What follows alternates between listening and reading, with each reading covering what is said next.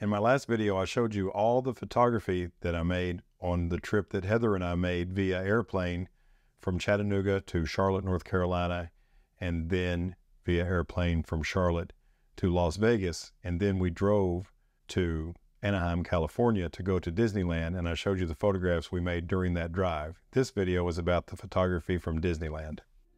Right there is the front gate to Disneyland Magic Kingdom. Right there is the front gate to Disneyland California Adventure.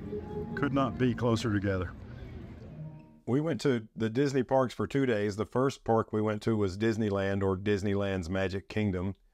And I carried the 18 to 50 with me there.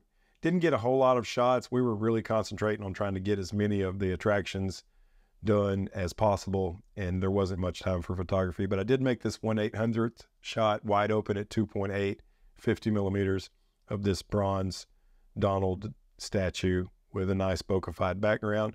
Pretty happy with the way this turned out. That lens, especially for the price, man, if you've got an APS-C camera, I highly recommend this lens. It's available for Sony and L-mount, and now it's even available for Canon APS-C cameras. So if you have one of those, I highly recommend this lens. Here's a 35.9 millimeter shot at 1/400th, also wide open at 2.8, ISO 250. Now I'm over in Adventureland, and I thought this little guy looked cool.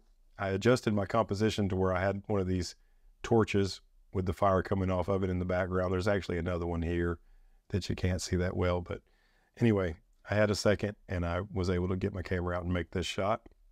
All the rest of my photographs from Disneyland's Magic Kingdom Park are from the Galaxy's Edge area, which they also have a Galaxy's Edge back home in Disney's Hollywood Studios Park in Orlando, but the Galaxy's Edge is at Magic Kingdom in California.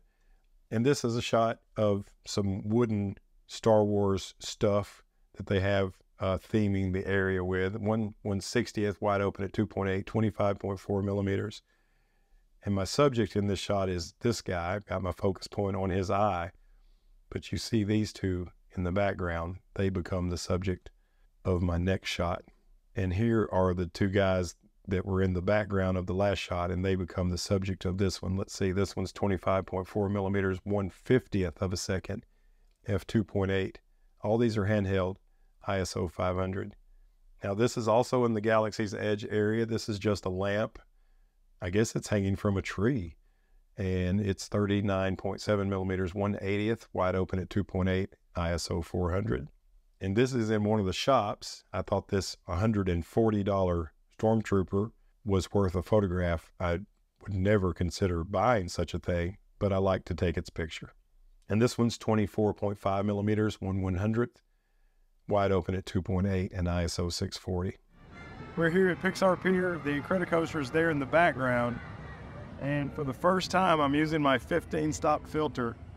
We've got a 30-second exposure on the little Sony with the Sony 11mm. And I set it up for a 1/1000th exposure. Put the 15-stop on, and that automatically turns it into a 30 without changing anything else. So let's see how it goes. So here is that 30-second shot, f6.3, ISO 100, using the 11mm Sony lens this time. I'm not sure if I described it well enough, but there are charts that show if you have no filter on and your shutter speed is one thing, when you put on a certain filter, your shutter speed to keep the same exposure will be another thing.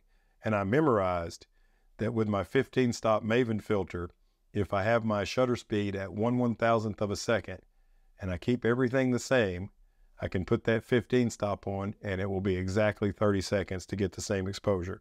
And 30 seconds is what I look for a long exposure, because you can do it without going into bulb mode, and it gives you a beautiful long exposure look. And I'm pretty happy with the way this shot turned out. The water was kind of rough in this area, and even the 30 seconds didn't get it smooth enough to have a nice reflection, but it looked way better than it did.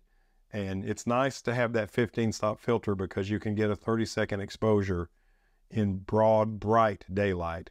And I had the sun at my back and on my subject, and I was still able to, using the 15-stop filter, get a nice 30-second exposure without having to stack filters.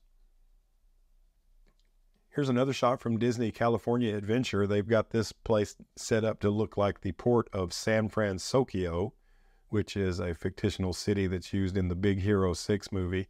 I love this walking bridge, the way they have it kind of looking Japanese and also kind of looking like the Golden Gate Bridge. Really cool. This is handheld, but I did set the camera on a post where I was standing, but it wasn't level, so I had to kind of hold the camera level and press down on the post.